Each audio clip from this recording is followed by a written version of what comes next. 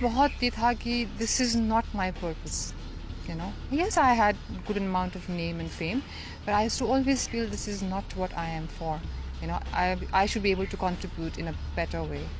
And I don't honestly, जब मैंने उसको deeply explore किया, मेरे मन में सवाल था कि मुझे वापस से इस संसार के इस जंगल में नहीं आना है. You know, is there a way out? I used to always ask this, is there a way out? I'm gonna die, take another rebirth, and again same school जाना, same वही सब चीज़ें, same society के do's and don'ts. If I become a woman again, तो और भी problem है. And I was like, नहीं. Is there a way out? Yes, there is a way out. What can I do? Transform your mind. So was it that world that you were so fed up? आप इतना fed up हो गए? Because usually कहा जाता है कि जब इंसान संसार से थक जाता है तब वो जाता. Yes, you're right. You know, because जब मैंने पहली बार सुना था तो मुझे लगा कि नहीं अभी शायद नहीं, मुझे और भी कुछ मुकाम हासिल करने हैं, मुझे और भी कुछ मेरे एम्बिशंस एस्पिरेशंस हैं, मुझे फुलफिल करनी है. अभी मैं कहाँ तक हूँ, तो मैंने वो अचीवमेंट ही नहीं पाई. एक फिल्म, 2 फिल्म, 20 सीरियल्स, इतने सारे अवार्ड्स, यहाँ वहाँ की सब ट्रैवल करना, सब कुछ करना. उसके बाद अच्छा अभी क्या, खुश हो? नहीं, अभी भी वो डिससैटिस्फैक्शन है, अभी भी वो अंदर से बेचैनी है कि मैं क्या कर रही हूँ. मेरे लाइफ में मुझे ऐसी कोई बड़ी ट्रेजेडी नहीं हुई या जिसने मुझे मोटिवेट किया हो कि भाई मैं इस लाइफ स्टाइल को चेंज कर दूँ. लेकिन ये एक कांस्टेंट नॉइंग थॉट था, प्रेसिंग थॉट था कि नहीं, क्या यही मेरा पर्पस है? नहीं.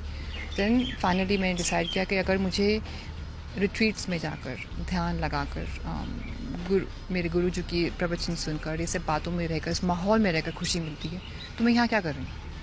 Might as well embrace it. बस, that's it. क्या आपको ऐसा कभी नहीं लगा कि अपनी पुरानी लाइफ में रह के ही वो पर्पस अचीव किया जा सकता? मैंने बिल्कुल कोशिश की, कम से कम 12 साल तक कोशिश की कि मैं उसी लाइन में रहकर, क्योंकि मुझे एक्ट्रेस और ये मीडिया और ग्लैमर फील्ड में कम से कम 20 साल हो गए हैं. तो but 12 years of it I tried to maintain that balance, लेकिन मटीरियल लाइफ का एक सबसे बड़ा ट्रैपिंग हम जो बोलते हैं ना, वो ये है कि जितना आपको मिलता है आपको और चाहिए. It's like an addiction. So आपको बैलेंस बनाना एक पॉइंट के बाद लगता है कि really do I need to be in both the worlds. So अगर मेरी प्रैक्टिस वाकई सही जा रही है और मैं इसको अपने लाइफ में उतारना चाहती हूँ, I must let go of it. Why should I have the trapping? बेड़ी क्यों रखूँ अपने ऊपर? सो एक्चुअली जब वो हम रिनंसिएशन की बात करते हैं और जब ऑर्डिनेशन की दीक्षा की बात करते हैं, तो first thing they remove is your hair. No, you are so attached to this beauty of a woman. The moment it was off, मुझे लगा हाय, फ्री. That's it. बिल्कुल भी बुरा नहीं लगा या टेंशन नहीं हुई या लगा नहीं कि अब मैं कहाँ, मतलब एक तरफ तो मिस इंडिया फाइनलिस्ट और क्योंकि जिस माहौल में मैं रहती हूँ मेरे आसपास सारे सेम लोग ही हैं, so it's totally fine. And if I feel happy from inside, तो लोग तो मुझे एज अ पर्सन भी एक्सेप्ट करेंगे ना. They not only accepting me because मैं अच्छा सुंदर चेहरा थी, तो they will accept me the way I M.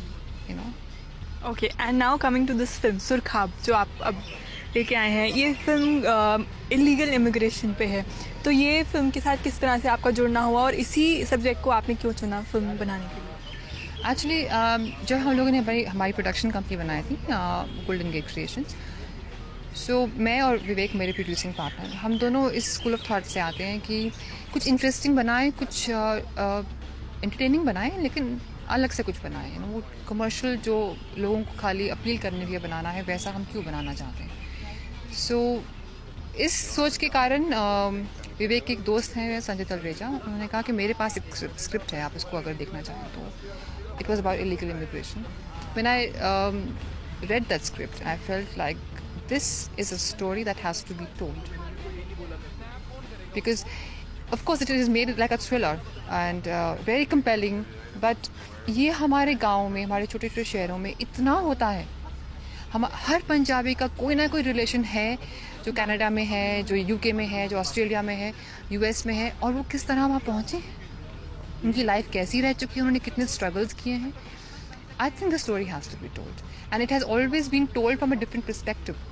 कोई इसे ऐसे एक्सप्लोर करे कि आप किन हालातों में गए हैं यहाँ से और वहाँ जाके क्या आपको फेस करना पड़ता है. So then I said, and then strength of